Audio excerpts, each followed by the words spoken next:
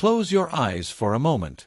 Now, imagine never being allowed to open them again in sleep. One night awake. Then 2. Then 3. Your mind grows foggy. Your body shakes. You begin to lose touch with reality itself. Now stretch that torment to 11 straight nights. 11 days without dreams. Without escape. Just an endless waking nightmare. In 1964, a teenage boy attempted this very thing.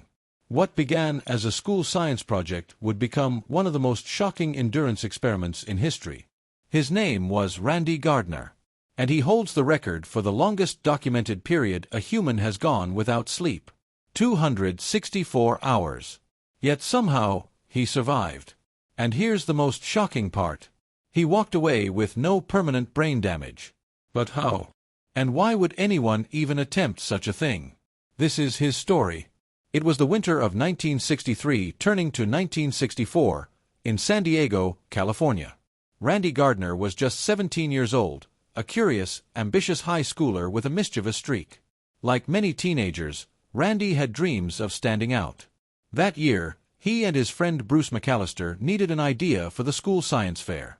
While other students tested plant growth under light bulbs or built model volcanoes, Randy wanted something big. Something unforgettable. The two boys tossed around ideas late into the night. And then Bruce proposed, what if we test what happens when someone doesn't sleep? At first, it was almost a joke. Staying up all night was something kids did at slumber parties. But Randy's eyes lit up. What if they pushed it further? What if he, a teenager, could prove the limits of human endurance? Day 1. Randy skipped sleep. He felt tired the next morning, but nothing unusual.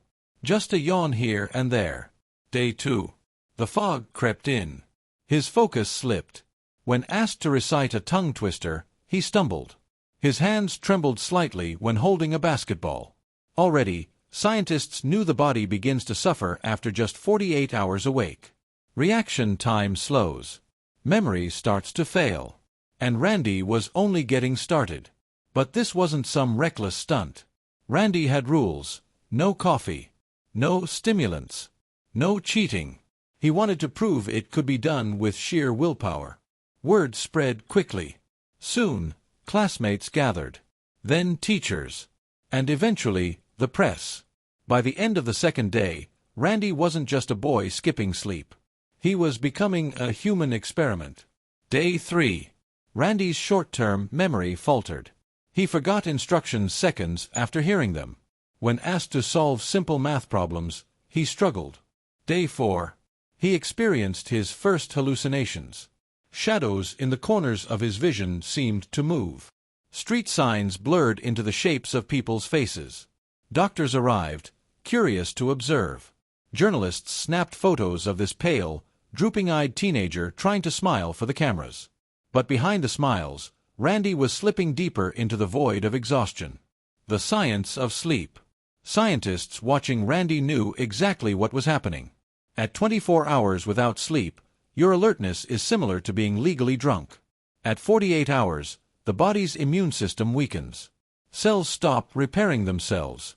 At 72 hours, the brain begins to misfire. Dreams bleed into waking life, creating hallucinations. Sleep, they knew, wasn't just rest. It was maintenance.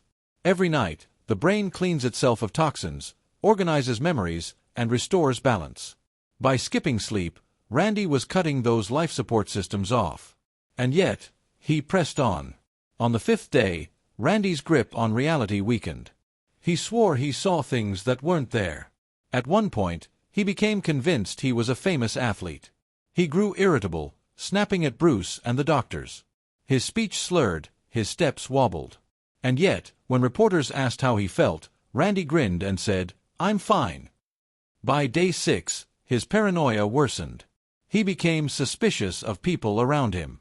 Once, he accused Bruce of plotting against him. The doctors exchanged worried looks. How much longer could his body endure? Parallel story. Peter. Randy wasn't the first person to attempt sleeplessness. In 1959, radio DJ Peter Tripp stayed awake for 200 hours, over 8 days, for a publicity stunt. Unlike Randy, Peter used stimulants to keep going, and the results were catastrophic. By day 4, he was hallucinating spiders in his shoes. By day 6, he was convinced people were trying to kill him. By day 8, he had full-blown psychosis. Though he eventually slept, his mind never fully recovered. Friends said he was never the same again. Scientists whispered, would Randy share the same fate? Day 7. Randy's sense of taste warped. Food lost flavor. He could barely string sentences together. Day 8. He tried to play basketball, his favorite sport. But he forgot the rules mid-game. He stood, confused, holding the ball while others laughed nervously. This wasn't funny anymore. It was frightening.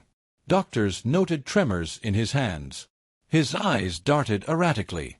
Sometimes he would speak clearly, then trail off into nonsense. And yet, every time they suggested stopping, Randy shook his head. He wasn't ready to quit. By day 9, Randy's mind was unraveling. He could no longer identify common objects. He stared at a streetlight, insisting it was a person. By day 10, he was hollow-eyed, his skin pale, lips dry. He moved like a puppet pulled by strings. Still, the cameras kept rolling. The doctors kept testing. And Randy, through sheer force of teenage stubbornness, kept fighting. Journalists wrote headlines. Boy defies sleep. Teen pushes human limits. But behind the spectacle, everyone wondered. Would Randy collapse before reaching his goal?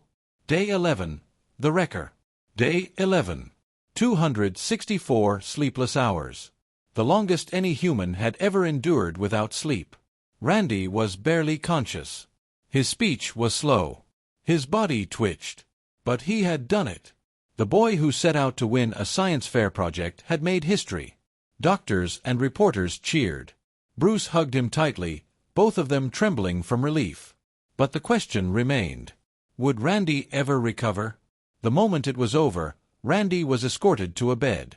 He lay down, and instantly slipped into the deepest sleep of his life. 14 hours straight. When he woke, he ate breakfast, and went right back to sleep. And shockingly, after just a few days, Randy was back to normal. No permanent memory loss. No psychosis. No brain damage. Unlike Peter Tripp, Randy had escaped the nightmare intact. Randy's experiment shocked the world. Doctors learned just how far the body can go, and just how fragile the mind becomes without sleep. Years later, Randy admitted he regretted it. The paranoia, the hallucinations, the emptiness. He never wanted to feel that way again. And today, the Guinness World Records refuses to acknowledge sleep deprivation attempts. Too risky. Too dangerous. Not worth the cost. So what does Randy Gardner's story teach us? That sleep isn't weakness. It's survival. Without it, we lose our minds, our memories, our very sense of reality. Randy proved that humans can endure far more than we imagine. But he also proved this. Endurance has a price. The boy who didn't sleep for 11 days survived. But ask yourself, how long could you last before your reality began to break? Clapperboard if this story kept you awake, smash that like button, subscribe for more unbelievable documentaries, and share this video with someone who thinks they can survive without sleep.